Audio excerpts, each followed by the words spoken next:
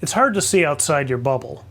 I was raised in a small town, listening to the oldies station and listening to my parents' records. I followed the popular music of the 80s by the background of radio and movie soundtracks.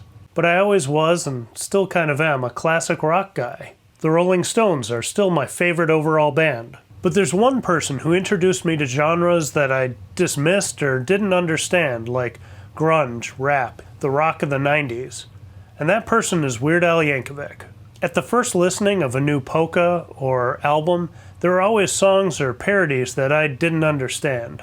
The songs were funny, but I didn't always get the reference. And then in the next few months, I'd inevitably hear the source material, and sometimes think, yeah, that stinks. Al was right to make fun of it. But other times, even with that initial reaction, I'd stick with the song just to hear the part or riff or lyric that Al used in his song. Eventually, in a lot of cases, I'd learn to appreciate or even love the original. And these are songs that normally I would have shut off after 2 notes. But Al gave me an access point, and by approaching it from a point of comedy, he disarmed my knee-jerk reaction to an artist or genre. The latest example is the musical Hamilton. Everybody said it was fantastic, I needed to hear it, and I just kept putting it off. It was expensive, I figured maybe someday. Until Al did it, and the night he released it on YouTube, I must have listened to it 6 times. And it's incredible in its own right, but hearing some of the lyrics and themes made me really curious about the original.